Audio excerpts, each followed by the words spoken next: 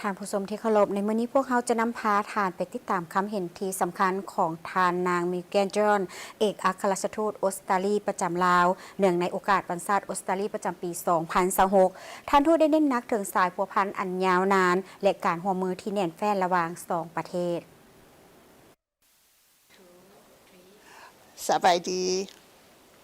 I'm honoured to address the people of Lao PDR on the occasion of Australia Day 2026. เนื่องในโอกาสวันชาติออสเตรเลียปี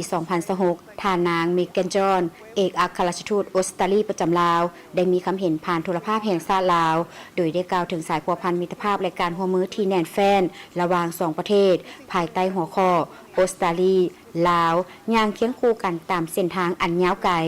ท่านทูตได้ยกให้เห็นว่าปี 2026 นี้2ประเทศได้เฉลิมฉลองสายพัวพันการทูตครบรอบ 74 ปี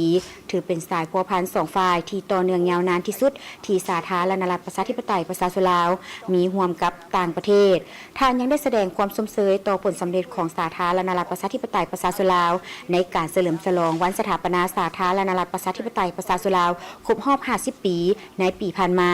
และผลสำเร็จของกองประชุมใหญ่ของพรรคประชาชนปฏิวัติลาว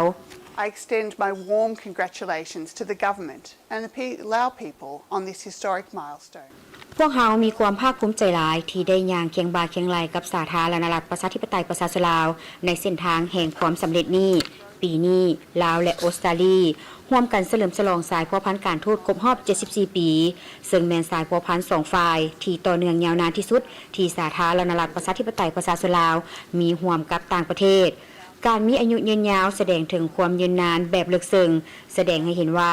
การร่วมมือของพวกเขามีความยืนยงผ่านการผันแปรและสิ่งท้าทายต่างๆของโลกรวมถึงการเปลี่ยนแปลงด้านบริมสิทธิ์ต่างๆแต่สายพัวพันของพวกเขาสืบต่อแน่นแฟ้นเข้มแข็งย้อนถูกสร้างขึ้นบนจิตใจเชื่อมั่นซึ่งกันและกันเคารพซึ่งกันและกันและเป็นมิตรภาพที่แท้จริงนับตั้งแต่การลงนามยกระดับการร่วมมือขึ้นเป็นคู่ร่วมมือรอบด้านในเดือนมีนาคม 2024 สายพัวพันระหว่าง2ชาติได้ขยายตัวอย่างกว้างขวางและลึกซึ้งในหลายขงเขตในด้านการศึกษามีอดีตนักศึกษาลาวที่จบจากออสเตรเลียหลายกว่า 2,600 คน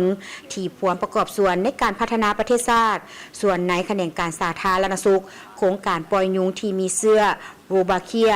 จำนวน 48 ล้านตัวในนครหลวงเวียงจันทร์เพื่อต้านไข้เลือดออกได้รับผลสำเร็จและมีแผนจะขยายไปทั่วประเทศด้านเศรษฐกิจและกสิกรรมท่านทูตได้ยกตัวอย่างการเปิดสวนหมากบลูเบอรี่ของบริษัทโคสตาอยู่ที่ทางแขวงจำปาสักซึ่งได้ขยายเนื้อที่เป็น 73 เฮกตาร์และสร้างเวียกเหตุงานทำให้คนลาวหลายกว่า 200 คน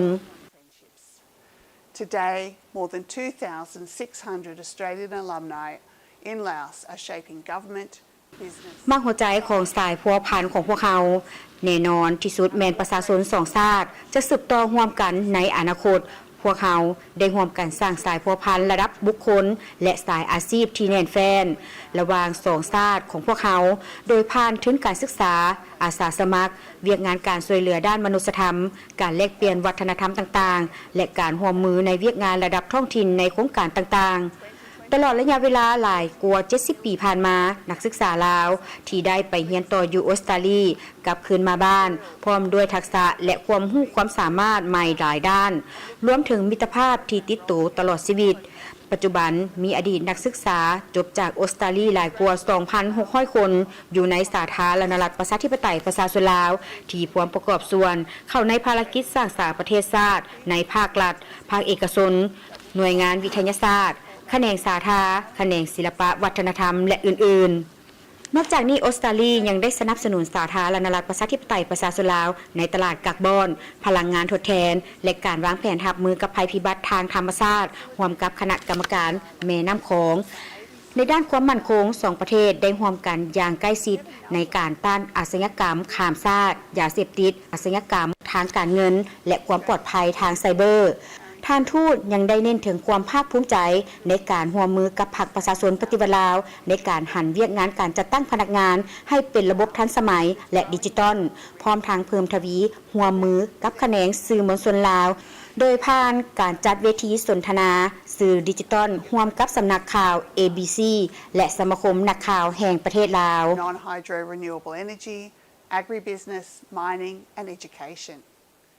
ออสเตรเลียได้สืบต่อเสริมขยายคำมั่นสัญญาเพื่อหัวมือเศรษฐกิจกับภาคพื้นของพวกเขาโดยความห่าวหัน โดยการเปิดตัวแผนงานใหม่ที่เอิ้นว่ายุทธศาสตร์เศรษฐกิจอาเซียนตะวันออกเฉียงใต้ของออสเตรเลียถึงปี 2040 สาธารณรัฐประชาธิปไตยประชาชนลาวพอมีบทบาทเพิ่มขึ้นในฐานะที่เป็นศูนย์กลางการเชื่อมโยงในภาคพื้นแสดงถึงโอกาสสำคัญในการร่วมมือทางด้านเศรษฐกิจปีนี้พวกเขาจะได้สุ่มใส่ขยายการร่วมมือด้านพื้นฐานโครงลางแบบยืนยงเวียกงานพลังงานทดแทนที่บ่แม่นพลังงานน้ำธุรกิจกสิกรรมบ่อแฮและการศึกษาซึ่งเป็นของเขตที่ออสเตรเลียมีความเป็นเชี่ยวชาญสามารถสนับสนุนเป้าหมายการพัฒนาของสาธารณรัฐประชาธิปไตยประชาชนลาวไปพร้อมกับเพิ่มพูนความเจริญรุ่งเรืองร่วมกันในตอนท้ายทานนางเมแกนจอนได้แสดงความขอบใจมายังรัฐบาลและประชาชนลาวสำหรับมิตรภาพที่จริงใจและความไว้วางใจที่มีให้ตลอดมา